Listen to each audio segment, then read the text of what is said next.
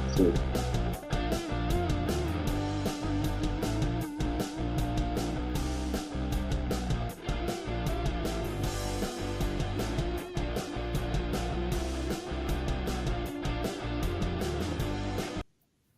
Good evening and welcome to Sporlitics, where sports and politics mix and mingle. I'm Stacey Johnson. Joining me tonight is Ogunna. Where is he? The Nigerian moderate Republican. Keith, the constitutional conservative. He'll be on soon. Stephen, the independent thinker. And my cousin Todd, who is missing in action. Kurt Busch is stepping away from full-time NASCAR Cup competition as Bubba Wallace shoves Kyle Larson after a crash in Las Vegas. Stephen is here to talk about it. China is sticking to its zero COVID policy. Xi Jinping doubled down on the idea that the measures have saved lives, the measures that China took, and vowed to continue the stringent set of policies. Tonight, first day NBA season starts. Ogunna will talk about what that means for the Golden State Warriors. How much will the Sandy Hook parents actually get from Alex Jones?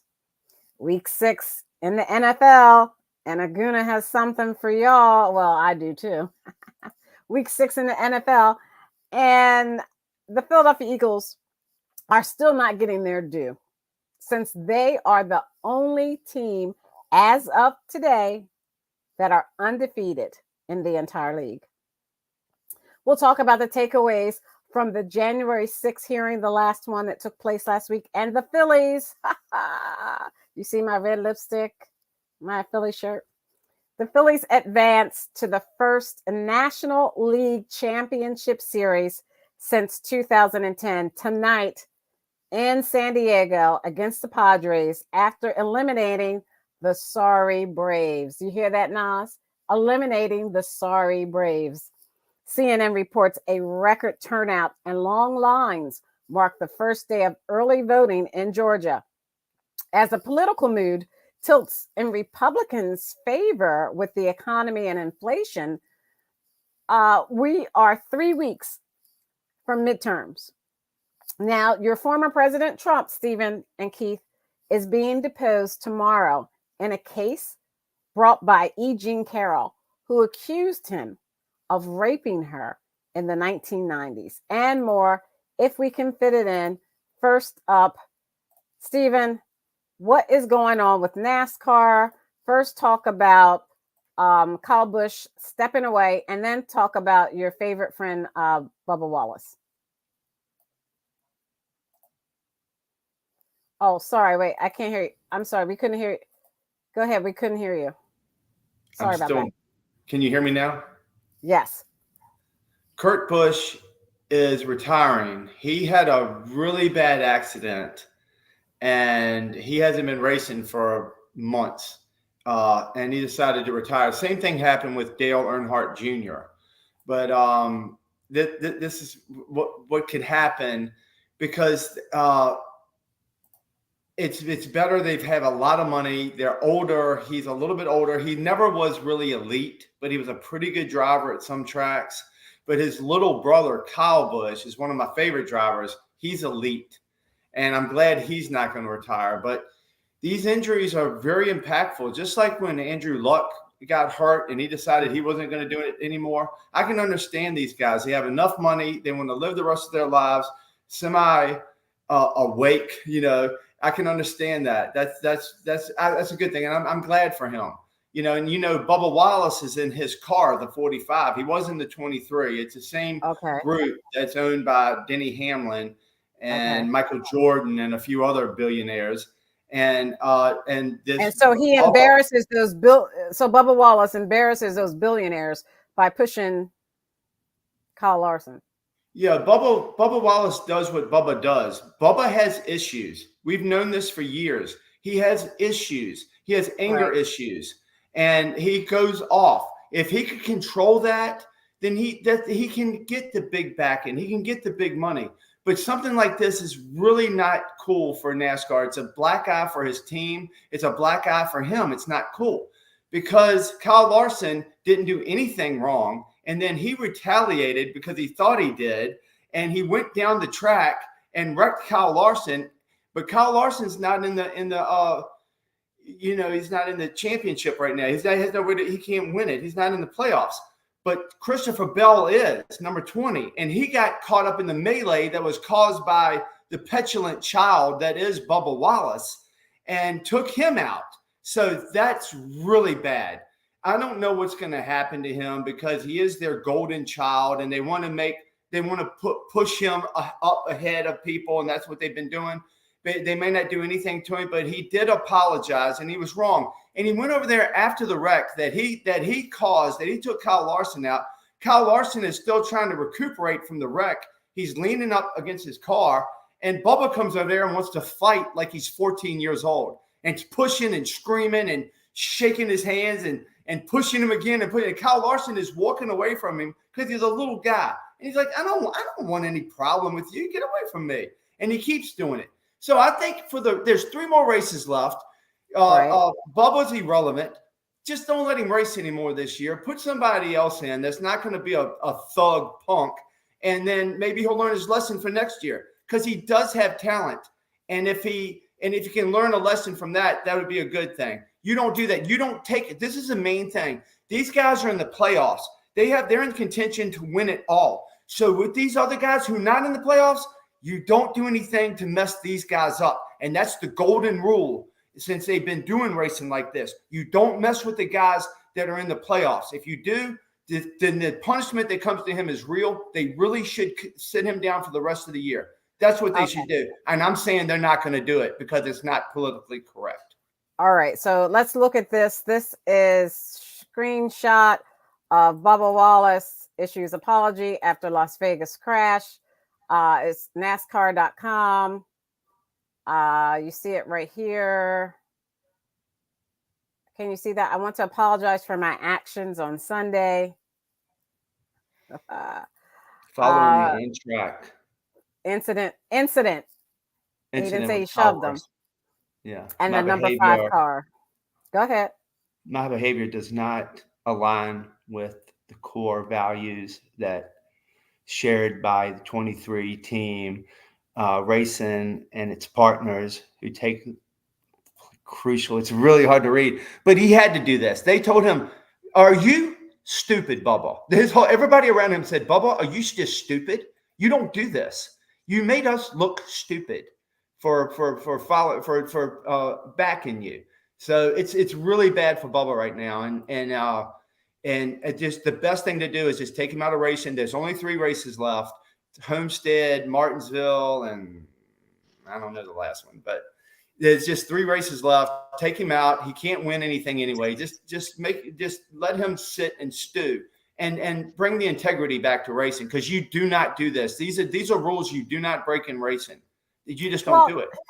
Well, you know what I think is really interesting is all these athletes are gonna start apologizing. They're like, "Oh, I'm sorry for the incident." He didn't say, he shoved them, which he did, but he doesn't say he shoved them. "I'm sorry for the incident." I mean, what does that mean? Saying I'm sorry, I mean, I'm not sure what that does. What's the point of that? Yeah, I get it. I guess there's some decorum that's needed in racing. But I know just last week, though, Stephen was complaining about racing not being exciting enough and all this other stuff. So I guess this is just one of those laundry list of issues that you're having with NASCAR. I don't know where you're going to go if you don't go to NASCAR. Maybe you're going to go to curling or something. But, hey, okay, it happened. The emotions get the best of them. I'm sorry if it offended all the traditions and the gold standards of NASCAR. You want to call him all kind of names and put him all in these different boxes and stuff. Man, get over it. Come on. It's a competitive sport, so you get emotional. All right. He said he was sorry. Now leave him alone. Now, if other athletes who have done the similar things who said they were sorry, Stephen, you've been like, yeah. Let's talk about Draymond Green. He said he was sorry after he socked him. Yeah, but I guess this is along the same lines, right? We can't, because in the age of social media where you have brands, you have all kind of cameras everywhere, you get into these emotional you lose your emotions and things get the best of you, and it's for the whole world to see, and people want to, punish you severely for mistakes. And these people are human. Things happen. So again, I'm not a NASCAR fan. It's not going to do me any never mind either way. But you're attacking Bubba Wallace as if he's using the word thug. Really? Come on now. We can come up with better names than that. Thuggish behavior. When you're fighting somebody who's not fighting back, Steven, and you don't stop, Steven, he didn't stop. You have a better vocabulary than that. I mean, is that the first word that comes to mind is thug?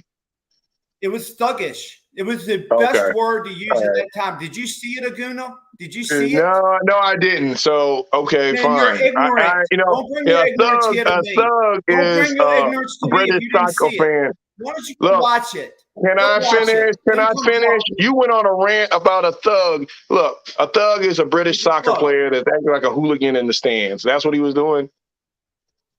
That's what he was doing. He was an emotional fan that got the best. Kyle Larson was not fighting back. He would not stop, and it was thuggish behavior. Well, okay. If you say so,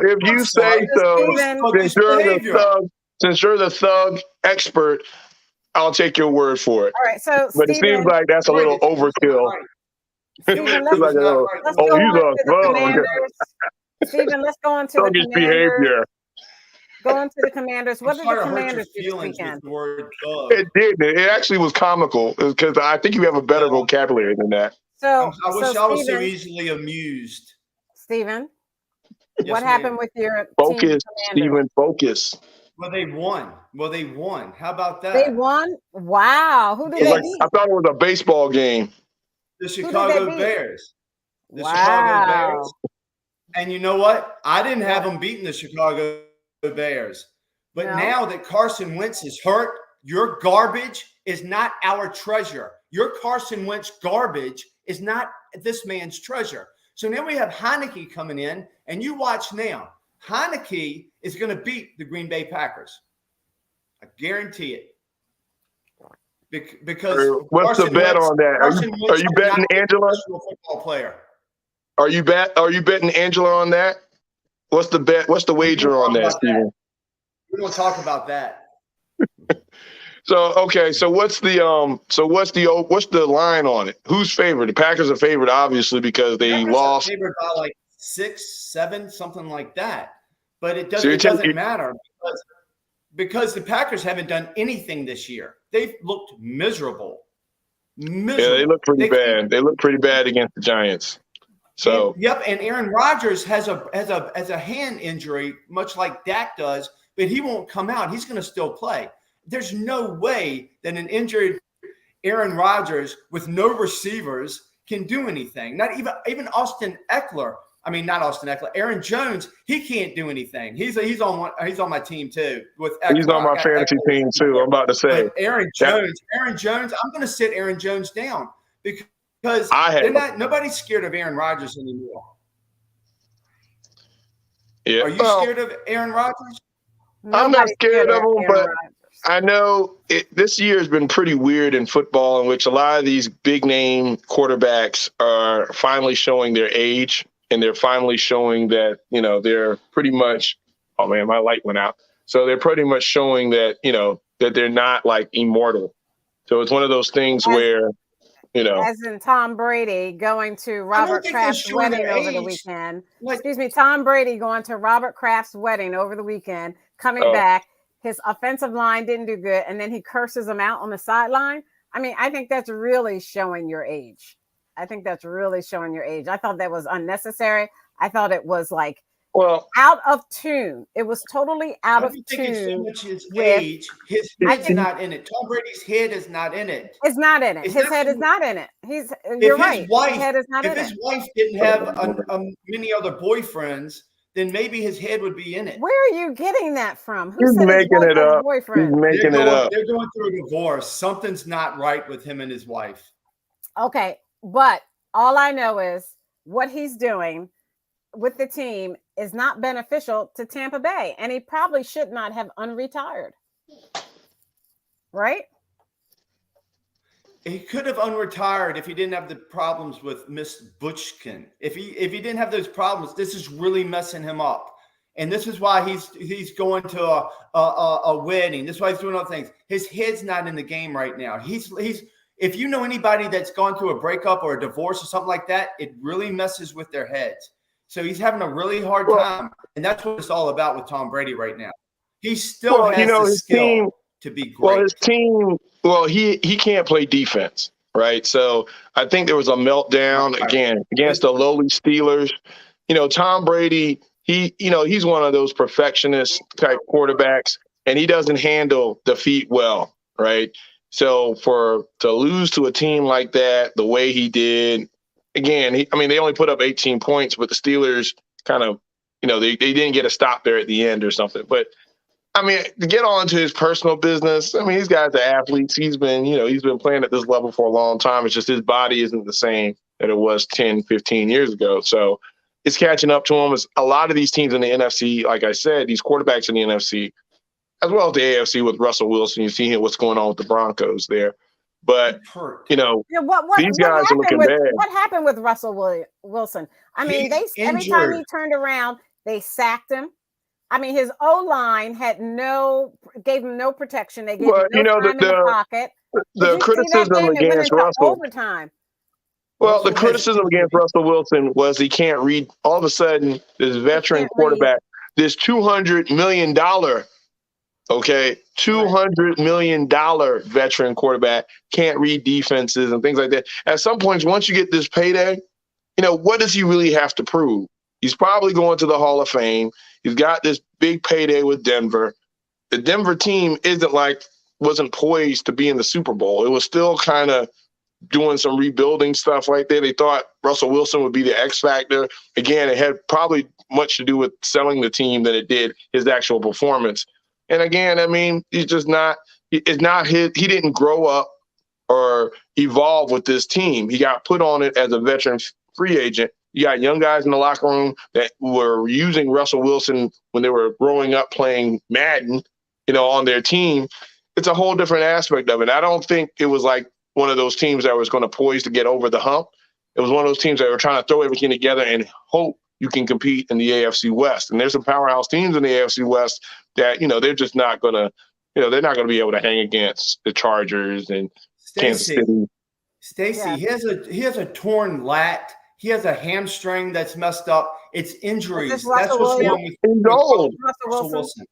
Right. Yes, and that's what they said from last night. Physically well. That's what they said last night. Right. He's got beat up. He may be missing a couple of weeks. Yeah, he's older. Who's the backup? But that doesn't, you know what, Ogunna? Younger football players miss time too. It's not because he's older. He's not even that old. What is he, 35, 36? He's not even that old. Well, in football, when you're close, he's close to retirement, right? As soon as you hit 30 in the NFL, you're old, okay? No, and in the NFL, either you walk away or you get knocked away. Quarterbacks, injuries that he's playing. Quarterbacks, when they age, get knocked out the league. That's just the way it is. You want to ask Brett Favre about it. These quarterbacks, once they get over a certain age, they become injury prone. They get knocked out the league. Tom Brady and all these guys are exceptions. And you're right, Steven. You can have injuries when you're younger too, right? That happens. But it's especially prevalent in these veteran quarterbacks. After 19 years of getting hit and you can't keep up with these young guys flying around out of college. It's going to happen. But unfortunately for Russell Wilson, there's a lot of high expectations. And he didn't have an offensive line. He doesn't have the defense he had in Seattle. He doesn't have the receivers he had in Seattle. He doesn't have the running game he had in Seattle. He's a lot of young guys still trying to find their way. And it's just, he can't run that offense. So there's a lot of injuries on the running back side too. Look at Melvin Gordon. It's a lot of injuries there. They have too many injuries. It's not Russell Wilson. It's not that he's not capable anymore. It's that there's too much going against him right now. He has major, and he's ripped here. Wow. He's got his hamstrings messed up. It's not the fact that he's not capable. It's the fact that he's hurt, and there's a lot of people hurt on the team. And the defense for Denver, they're ferocious. If you saw that game, they are ferocious. The Denver defense is not the problem. Look, you're saying he's not capable. Steven, if you're saying he's not capable, You got to be on the field to be capable. He's not on the field, so he's not capable. He is capable. Okay, he's so on the let's field. talk about. No, he's not. He's injured. He's injured. And if he's hurt trying to play through injury and still hurting the team, again, have you watched these games? Have you seen the missed throws? Have you seen the reads? Have you seen all those different things that he usually does fairly well, extending plays and all this stuff? He can't do it anymore. And it may be because of injury, but it's also like he used to. He's hurt. But it's also the system too. He's not walking. It's not like they're bringing people in to put around Russell Wilson like they did in Seattle for all those years.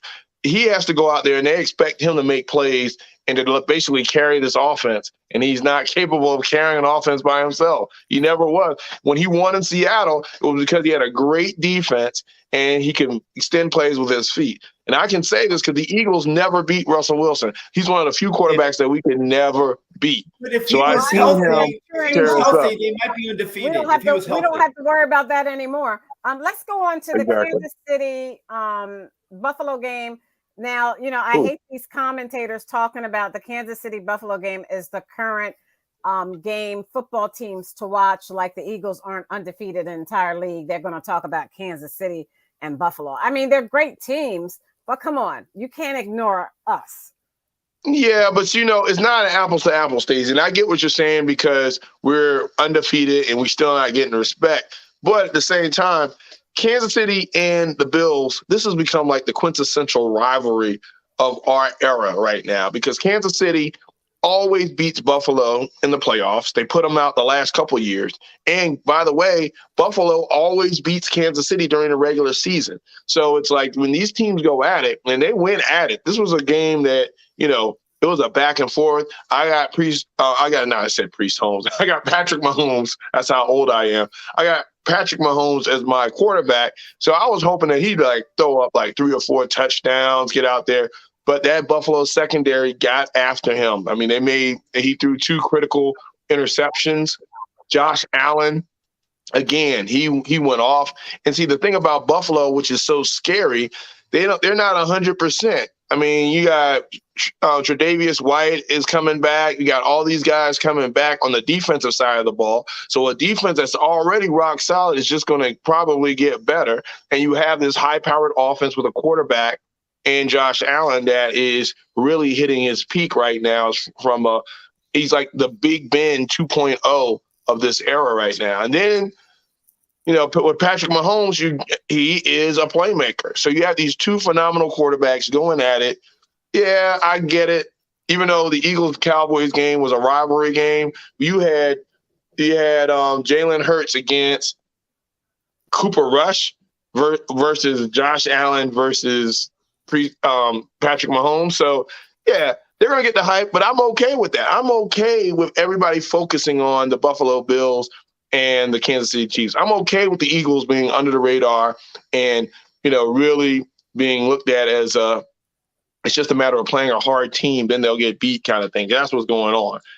Build the confidence, get it to the playoffs, and anything can happen. That's what our team get to the playoffs healthy, and anything can happen. So I'm okay with that, but that was the game of the week. Those are 2 Titans going at each other, so I can't take it away from that.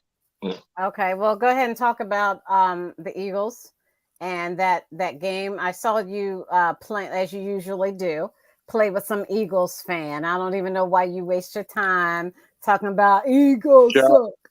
Cowboys fan. Yeah, I got to. What did I say? I got to. What did I say? I thought I said Cowboys. What did I say? You said Eagles fan. It was a Cowboys fan. I took a friend of mine, one of my family members to the game, and I did it on purpose because I had to use him as a prop. Oh, so he was a Cowboys fan?